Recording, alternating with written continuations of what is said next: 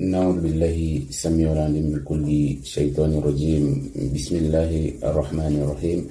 الحمد لله والصلاة والسلام على رسول الله صلى الله عليه وسلم. سبحانك لا علم لنا إلا ما علمتنا إنك أنت العليم الحكيم. رب اشرح لي صدري ويسر لي أمري واحلل عقدة من لساني يفقه قولي.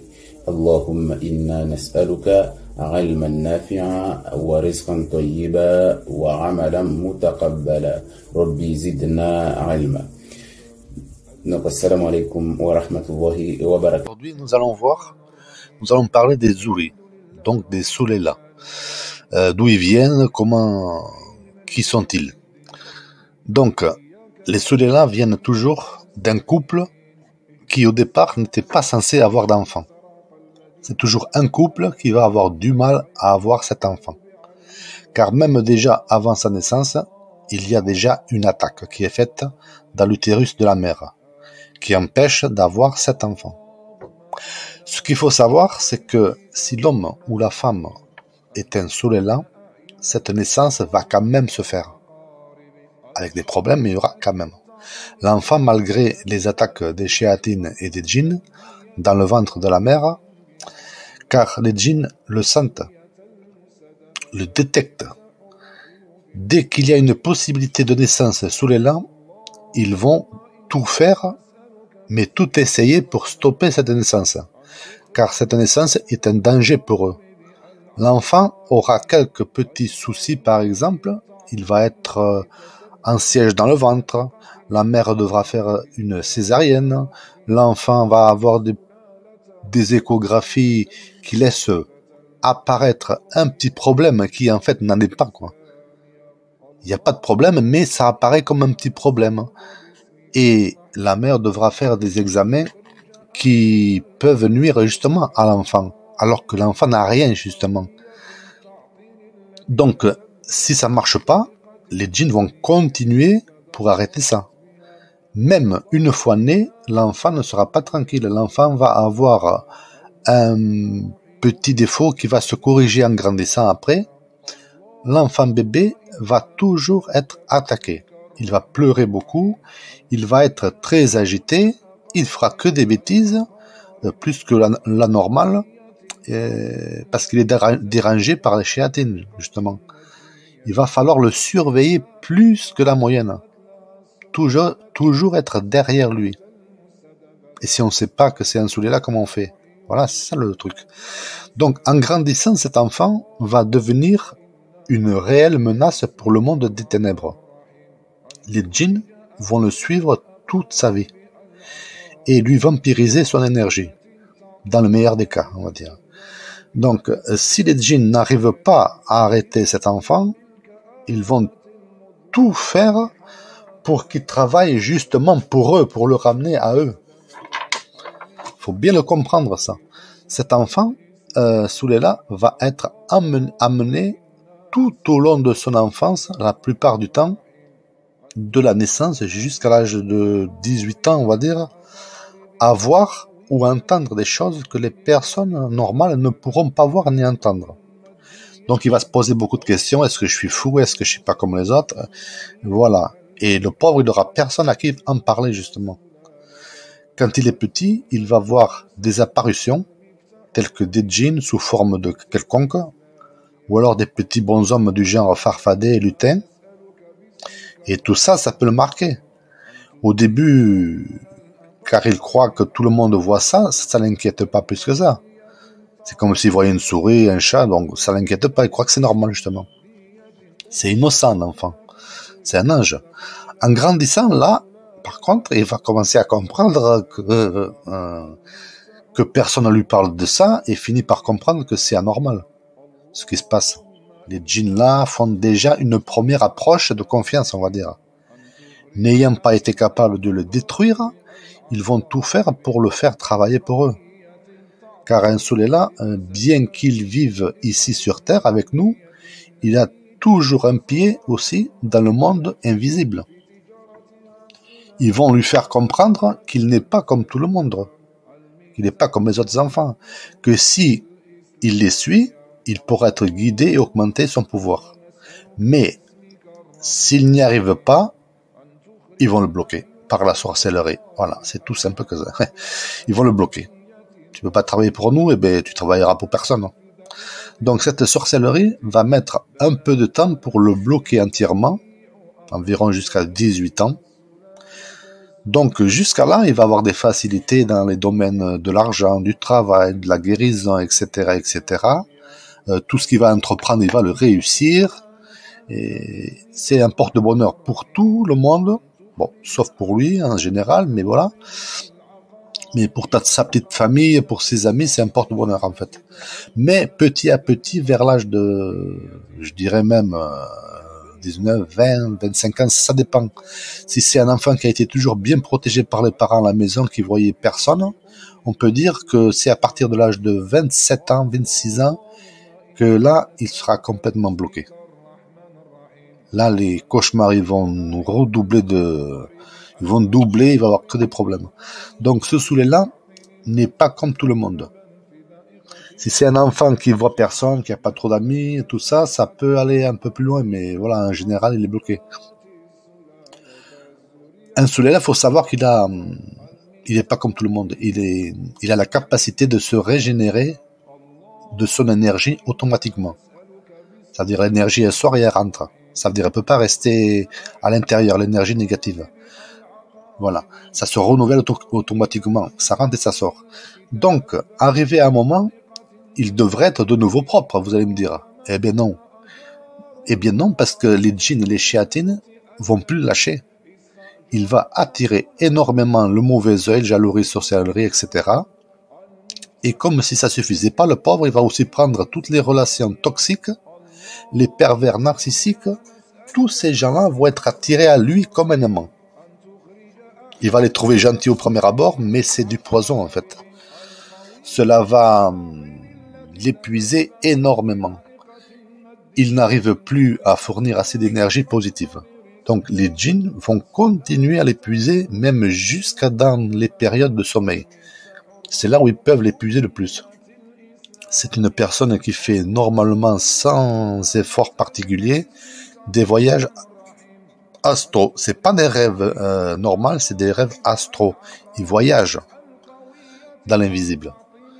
Comme il est bloqué par le monde des ténèbres, il va rêver que de diables sous forme de chats, chiens, monstres, voler, tomber, se battre, être poursuivi, être attaqué, voilà.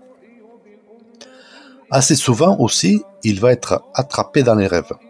Et là, on peut le voir sur son corps matériel, on va dire, corps physique. Le sujet ne pourra pas bouger, même le petit doigt.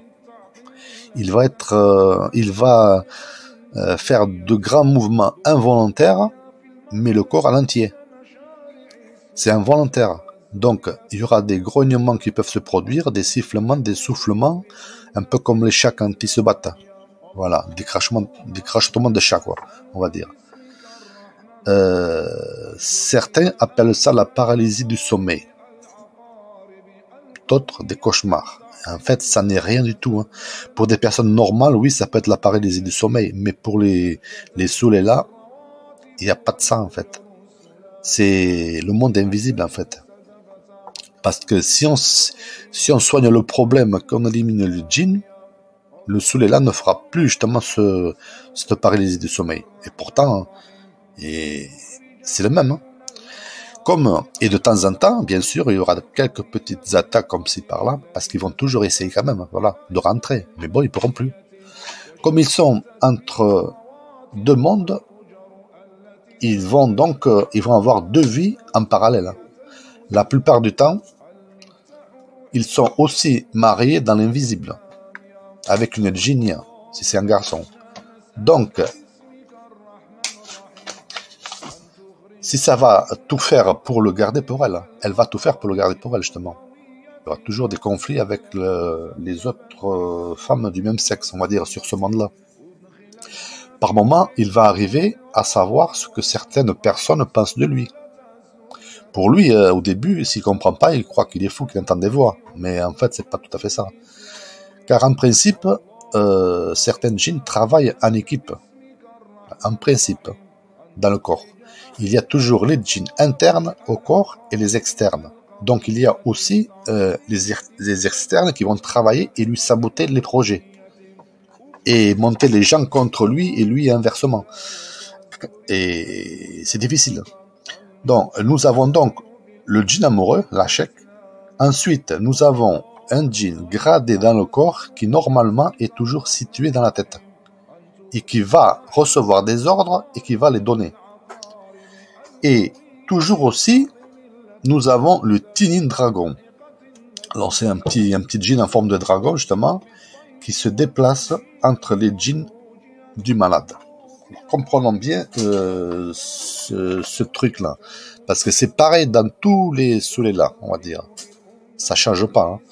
Donc le djinn amoureux sera toujours situé en bas du dos, ou sur une des épaules, ou légèrement décalé en dessous. Donc si vous avez toujours des problèmes à ce niveau-là, attention déjà, parce que ça peut être ça. Donc c'est pour ça que quand on se traite, les symptômes vont augmenter. Donc les gens, qu'est-ce qu'il faut? Ils arrêtent. Non, il ne faut pas arrêter. Parce qu'un mal, on ne pourra jamais le guérir si on ne le monte pas justement. C'est comme une personne qui est calme, vous voulez qu'elle fasse quelque chose de pas bien, qu'est-ce que vous faites? Eh bien, vous le montez les nerfs, vous l'énervez au maximum, vous testez sa résistance. Et là, elle va craquer. Parce que tout le monde craque, on va dire, calme ou pas calme. Donc, plus vous allez faire de Ruqya, boire de l'eau coranisée, et pire. Alors, le pire, c'est les dhikr et sadaka régulières. Pas forcément des grosses sommes d'argent, hein. Ça peut être des petites, mais régulières. Régulières, ça ne veut pas forcément dire tous les jours, tous les mois. Non, il faut que ça revienne à espace régulier. Voilà.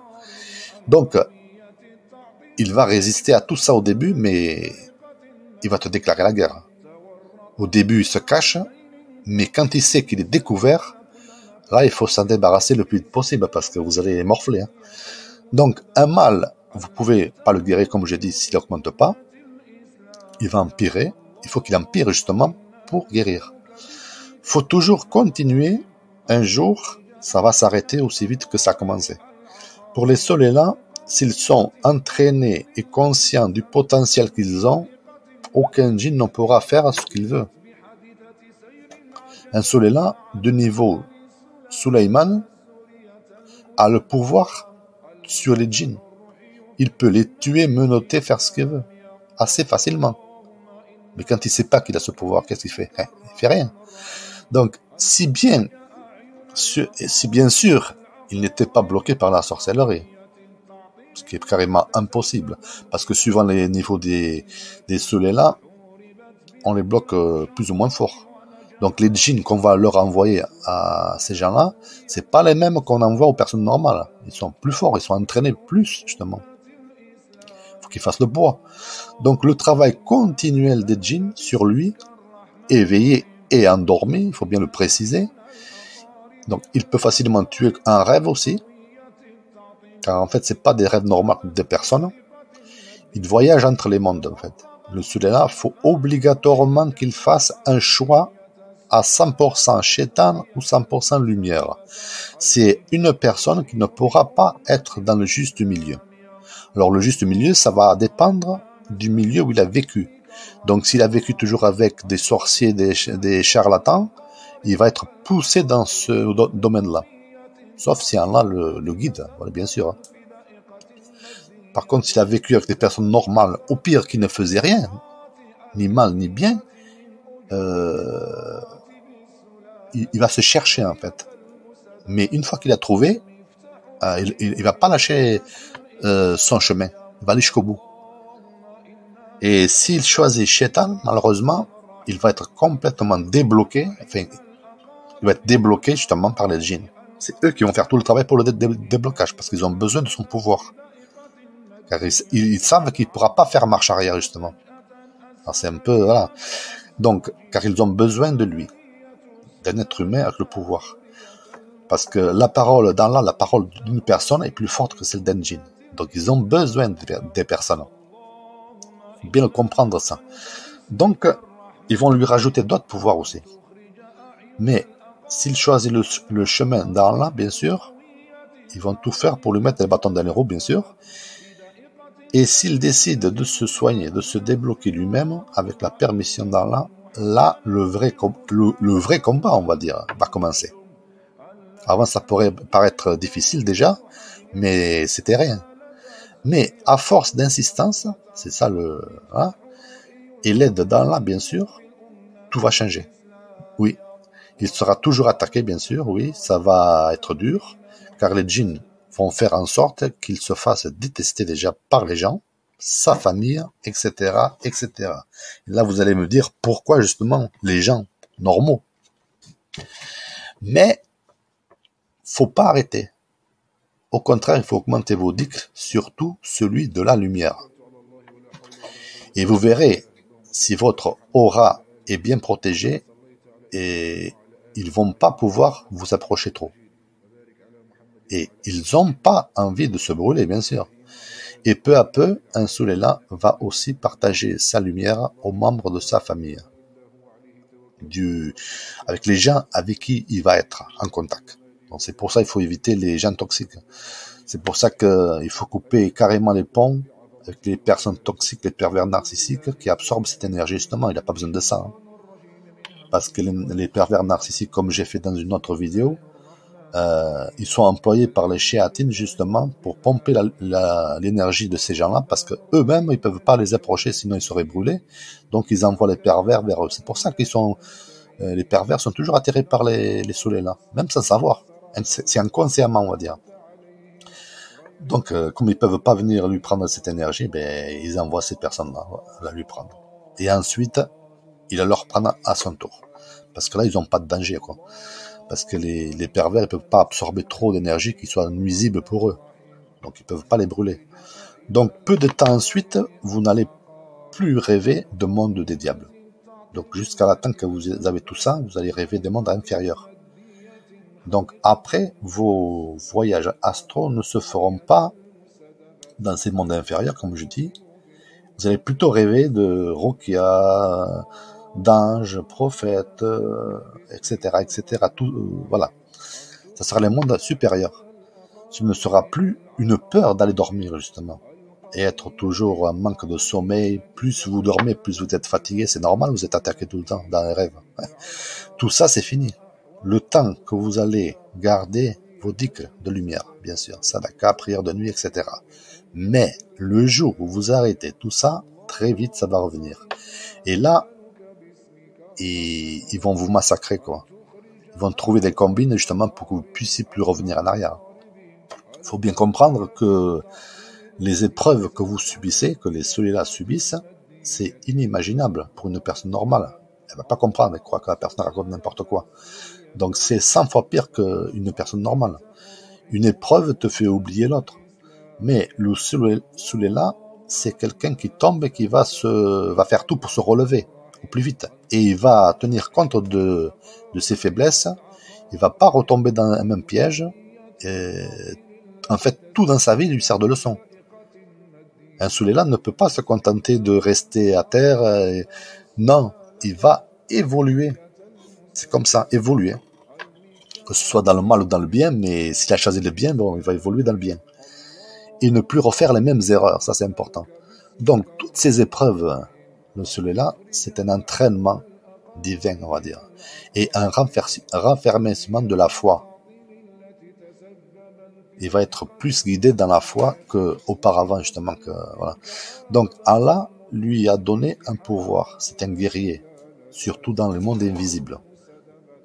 Il est détesté et craint par les mondes ténébreux. Même chez les Soulela, il y a plusieurs niveaux déjà de compétences. Là, je vous parle du Soulela Souleymani, c'est celui que je connais le mieux, mais il y en a plusieurs sortes. Il y a les Soulela de base, on veut dire aussi. Et au-dessus du Soulela Souleymani, il y a un autre niveau qui est plus fort. Et après, c'est tout, je pense. Donc, le niveau Souleymani, c'est celui qui est déjà très haut. Hein. La spécialité chez ce Soulela-là, c'est les djinns, c'est les démons, quoi. Et tous ces Soulela, depuis leur naissance, vont être préparés pour le combat final de la fin des temps. Donc ils vont être attaqués de façon différente. Plus ils vont être forts, plus ils vont être attaqués, justement. Parce que c'est pas la même force de djinns qui sont envoyés. Donc comme je dis, ils sont préparés pour le combat final, du bien contre le mal. Ils vont avoir derrière eux les musulmans pieux, car la plupart vont aller vers les koufars à la fin, et certains vont mourir. Il restera plus que les Soulela feront partie de l'armée qui va combattre le Dégel. Et que le Dégel ne pourra pas tromper, justement. Car un Soulela, il va ressentir les choses. Déjà, il voit des choses que les autres voient pas, déjà. Donc, il ne pourra pas se faire avoir. Car le Soulela saura juste, en le voyant, qu'il ment. Et que tous ses pouvoirs, ce n'est que illusion. Alors, regardez ma dernière vidéo, pas la dernière peut-être, mais l'avant-dernière, sur la sorcellerie d'illusion. Et bien là, c'est un peu pareil. Vous allez voir des choses, mais en fait, il n'y a rien. Il va vous faire apparaître des choses, mais c'est que de la poudre aux yeux, quoi. Il n'y a rien du tout. Donc, c'est pour ça que la première chose que Shaitan il va attaquer, c'est votre cœur. Quelqu'un qui veut se soigner, d'abord, moi je lui dis, soigne ton cœur d'abord. Au sens figuré, bien sûr. Donc, une fois que le Soulela comprend sa mission sur Terre, et après toutes ces épreuves, problèmes, il va être mieux, il va les accepter mieux, et ça va le motiver encore plus. Il va pas prendre ces problèmes comme des punitions, au contraire. Il va les accepter avec joie, justement, ça va l'entraîner. Donc, certains Soulela, un jour, comment dire ça, il va les accepter mieux, et être motivé encore plus. Donc certains Soulela, un jour, il va avoir à être guidé dans le mauvais chemin et finir. Comment dire ça? Un Soulela, donc, il peut être dans un milieu où il n'y a que du charlatanisme, il y a ça, mais on ne sait pas pourquoi. Il peut être guidé justement par Allah pour finir musulman, on va dire, et n'être plus. Et là, il va plus être une victime, on va dire, mais un guerrier et un justicier. Parce que dans l'islam, on en parle un peu plus, on va dire, sur les Soulela que dans les autres religions. Mais ça existe aussi chez les catholiques, hein, ça existe aussi. Mais bon, après les descendants des Soulela, ce sera pas justement du prophète paix et salut sur lui, ça sera plutôt sur Aïssa, on va dire, Jésus, quoi, ou autre. Mais ça change pas, quoi, en fait. Alors, merci pour ceux qui sont restés jusqu'au bout à cette vidéo, jusqu'à là, du moins. Elle est un peu longue, mais il y a trop de choses à dire. Il y a encore, je viens d'oublier, c'est sûr. Je pense déjà que vous êtes sûrement Soulela si vous êtes resté jusqu'à là. Donc, un Soulela est appelé, en général, un Zouri. Mais bon, ce mot-là, comme je le dis à chaque fois, il ne faut pas le dire. On l'applique surtout, on le mentionne dans les roquia, justement, de guérison. On est obligé de le prononcer à ce moment-là. Sinon, on dit Soulela ou élu. Dans d'autres religions, on appelle ça des élus. Donc, faites le rapprochement, c'est exactement la même chose. Ce seront les chevaliers de la fin des temps. Et déjà, à l'époque, notre bien-aimé prophète, paix et salut sur lui, disait déjà les chevaliers, et je ne me rappelle plus le nom exactement qu'il prononçait, ce seront les meilleurs chevaliers. Et il disait, je connais leur nom et le nom de leur père. Donc, c'est pas expliqué dans le Coran, on va dire, de façon bien que tout le monde puisse le comprendre, mais ces chevaliers-là, ils faisaient référence déjà aux Soulela. Voilà. Donc, c'est déjà mentionné depuis longtemps. Donc, ces Soulela descendent soit de prophètes, soit de compagnons, soit de gens très pieux qui étaient bien aimés d'Allah. Voilà. Un descendant de l'une de ces catégories aura eu toujours une vie compliquée, difficile. Et les gens vont voir et ils vont dire « c'est lui qui se met ça. Tout le monde l'aime, qu'est-ce qu'il raconte ?» En fait, c'est pas du tout ça. Et sa vie sera très pauvre, on va dire, avec plein de blocages dans sa vie, il pourra rien, voilà. Mais une fois qu'il comprend tout ça et qu'il se soigne, ça change complètement. dans sa vie, il a été humilié, sali, on va lui parler mal sur lui. Dès qu'il est plus d'accord avec les personnes, ça y est, il est dénigre à fond. On le prendra pour un fou, au début, quand il sait pas et qu'il dit des choses, j'ai rêvé de ça, et c'est arrivé, ils vont dire, ouais, tu fais ton malin, tout ça. En fait, ces gens-là, les saoulés-là, il faut pas en parler aux gens, parce que vous savez pas si c'est quelqu'un de normal ou pas. Pas raconter, parce que les gens sont pas comme vous. Il faut bien comprendre qu'ils sont différents de vous. Gardez ça pour vous, ou pour une personne qui est comme vous, justement. N'exposez pas votre faiblesse, on va dire. Parce que ces gens-là, déjà, ils n'ont pas d'amis. Mais c'est lui le meilleur. Ça sera lui le meilleur, Inch'Allah. Après, pour les autres catégories de Soléla, je n'ai pas trop d'expérience sur ça, ni de recul nécessaire pour en parler. Donc ceux-là, ils seront moins attaqués. S'ils vont avoir de la chance dans un certain domaine, ils vont la garder plus ou moins. Parce qu'ils sont pas très dangereux, on va dire, au début. Surtout s'ils restent sans religion, vraiment. Donc je laisse ça à d'autres personnes plus qualifiées que moi pour faire des vidéos sur ça. Donc cette vidéo est maintenant terminée, on va dire, car le sujet vraiment est très vaste, comme je dis. Le Souleila Souleimani a un degré d'avant-dernier, comme je dis. Juste plus haut que lui, on a le Souleila Rabbani. Voilà. En espérant avoir répondu aux questions que certains puissent se poser et ouvrir les yeux de ceux qui ne le savent pas. Donc, qu'Allah nous guide et nous empêche d'emprunter le mauvais chemin, même s'il paraît plus facile et plus beau. On a toujours les tentations, mais il ne faut pas tomber dans le panneau. Amin.